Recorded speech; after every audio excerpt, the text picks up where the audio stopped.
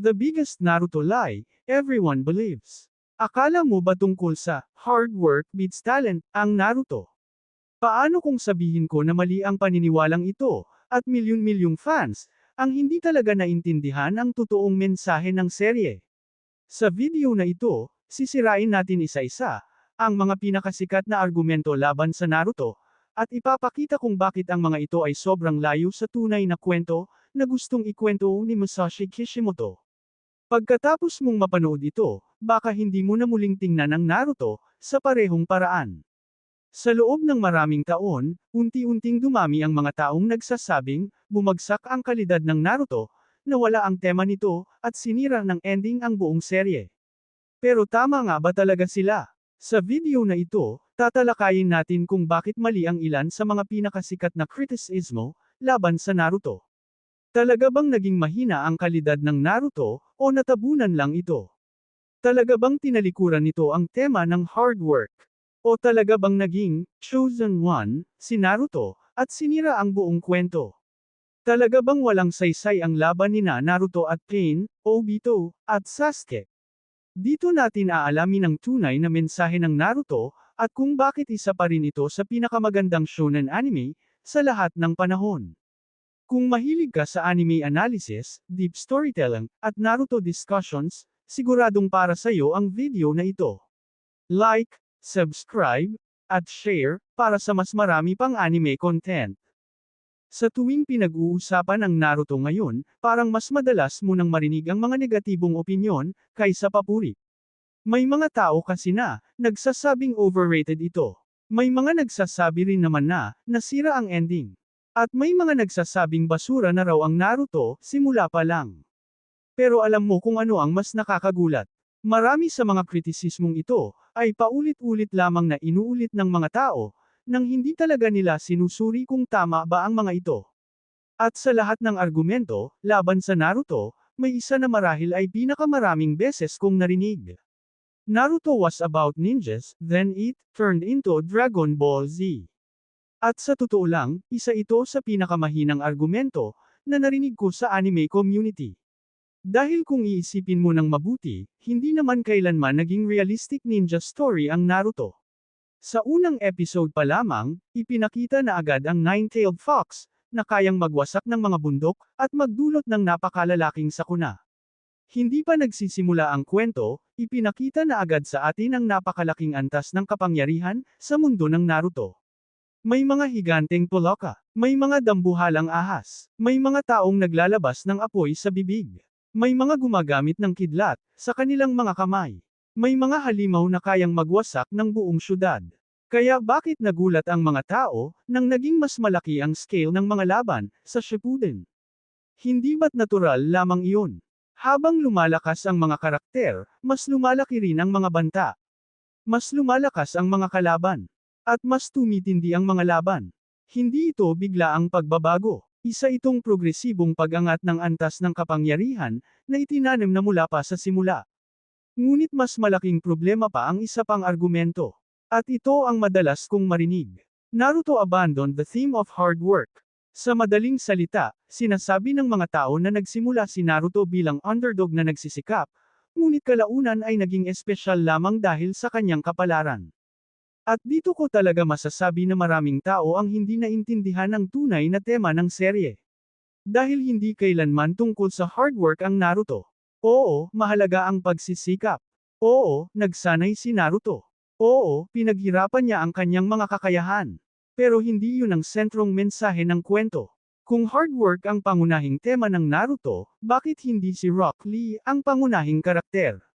Si Rock Lee ang perpektong representasyon ng purong pagsisikap. Wala siyang ninjutsu. Wala siyang espesyal na bloodline. Wala siyang halimaw sa loob ng katawan. At lahat ng mayroon siya ay bunga ng kanyang pagsasanay. Ngunit hindi siya ang bida. Si Naruto ang bida. At may dahilan iyon. Dahil ang kwento ni Naruto, ay hindi tungkol sa pagiging pinakamakasipag. Ito ay tungkol sa kung paano mo haharapin ang iyong mga kahinaan. Si Gaara at Naruto ay parehong lumaki bilang Jinchuriki. Pareho silang kinatakutan. Pareho silang kinamuhian. Pareho silang nagdusa. Ngunit magkaiba ang kanilang naging landas. Pinili ni Gaara ang puot. Pinili niya ang pag-iisa. Pinili niyang magpadala sa kanyang sakit. Samantalang si Naruto ay gumawa ng kabaligtaran. Ginamit niya ang kanyang sakit bilang inspirasyon. Ginamit niya ang kanyang kalungkutan bilang dahilan upang magpatuloy.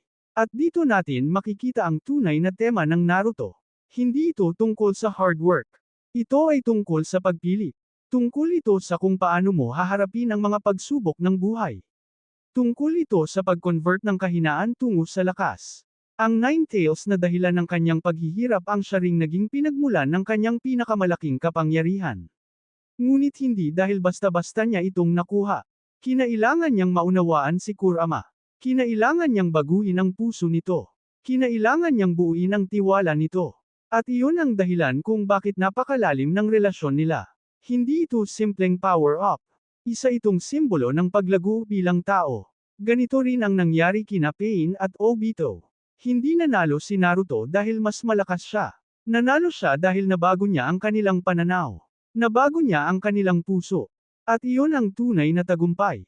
Maraming tao ang tumatawa sa Fok no Jutsu. Pero sa totoo lang, iyon ang pinakapuso ng buong serye. Hindi kailanman layunin ni Naruto na sirain ang kanyang mga kalaban. Layunin niyang putulin ang cycle of hatred. At nagtagumpay siya. Ngayon naman, pag-usapan natin ang isa sa pinakakontrobersyal na bahagi ng serye. Ang pagiging reincarnation nina Naruto at Sasuke. Maraming nagsasabi na dito raw nasira ang kwento. Na naging chosen one na lang si Naruto. Ngunit kapag sinuri natin ng mabuti ang kwento, hindi ito totoo. Dahil ang pagiging reincarnation ay hindi automatikong nagbibigay ng tagumpay.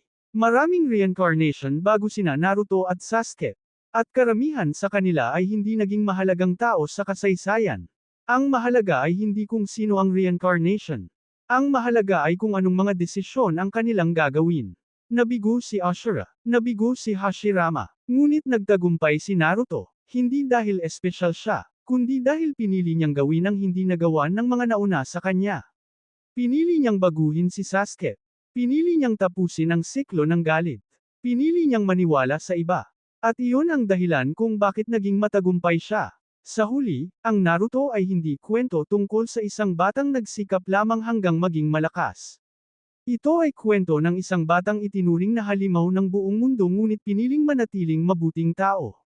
Ito ay kwento ng isang batang maraming dahilan upang maging kontrabida ngunit piniling maging bayani. At marahil yun ang dahilan kung bakit hanggang ngayon ay napakaraming tao ang nakaka-relate kay Naruto. Dahil lahat tayo ay may mga kahinaan. Lahat tayo ay may mga sugat. Lahat tayo ay may mga pagkakataong gusto na nating sumuko. Ngunit tulad ni Naruto, mayroon tayong pagpipilian. At minsan, ang pagpiling magpatuloy kahit mahirap ay mas mahalaga kaysa anumang kapangyarihan sa mundo.